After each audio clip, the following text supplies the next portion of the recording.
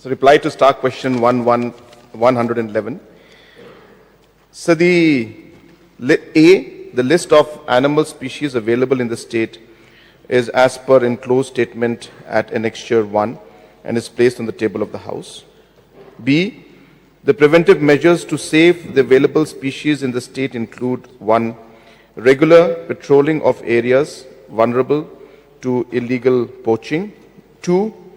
Establishment of inter-agency network to generate information on such incidents. 3. Seizure of illegally traded wild animals and animal articles. Arrest and prosecution of persons involved in poaching and trafficking of wild animals, etc. 4. Declaration of community reserves to augment the fragmented habitats and protect wildlife species present outside the protected areas. 5. Setting up of voluntary protection squad. 6. Improvement of habitats by planting fodder species, creation of water holes and salt licks. 7. Erection of barrier and trenches to prevent elephant from entering the villages and preventing retaliatory killings. 8. Conducting public awareness. 9. Timely payment of ex gratia for the loss of lives, crop damage, and property to prevent any kind of retaliatory killing. Reply to C. The major habitats identified for protection of wild elephants include national parks, wildlife sanctuaries, and elephant reserves. Yes, Baruput. Thank you, Chairman, sir. And I thank Honorable Chief Minister for extensive reply. Sir, some more supplementary question. Sir, especially for the elephants, and this is the time for migration, searching of food. Yes, we understand that wildlife sanctuaries and the national park is the elephant reserve. But the question is that no food. So they are migrating and searching of food. And they are also entering from Assam to Meghalaya for the search of food. Is there any protective measure to prevent the elephant coming from, I heard from Assam state, and they are destroying property and the life of the people. So is there any preventive measure for that?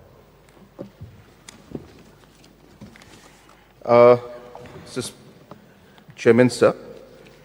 So the question asked by the honourable member is a very relevant question. And as you are aware, sir, that the elephant corridors which are there, the elephants have been using these tracks and these corridors for years and for decades, if not centuries. And that is the habit, that's the habit that they have. And that's why we normally look at those corridors.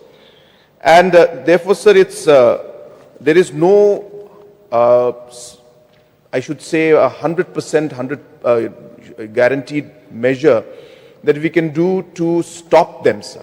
Because these are the routes that they have taken, and therefore, this is what they're used to, sir.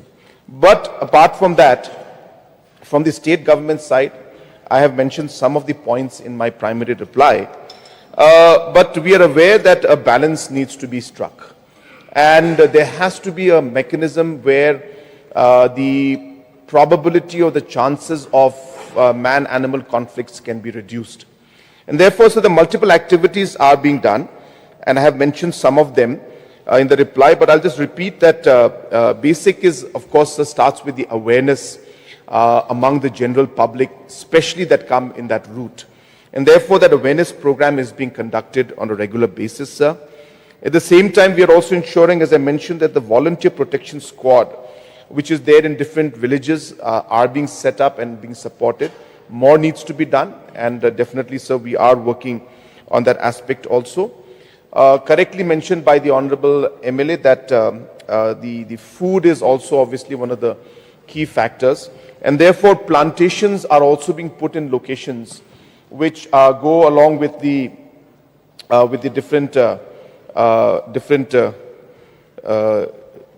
food habits of the elephants that are there.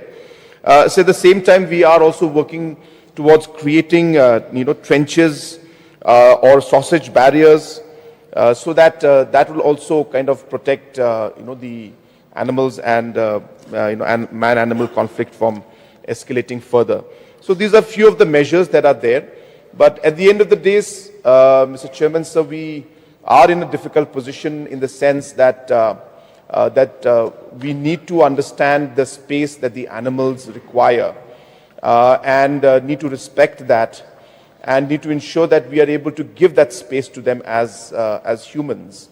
But at the same time, the human need also is there, where the people in the villages also need to grow crops and plant trees and look at their own economic activities. So at the end, sir, balancing this out in the best possible manner by creating awareness, by having these trenches and barriers being placed, by having the food plantations, by having volunteer squads.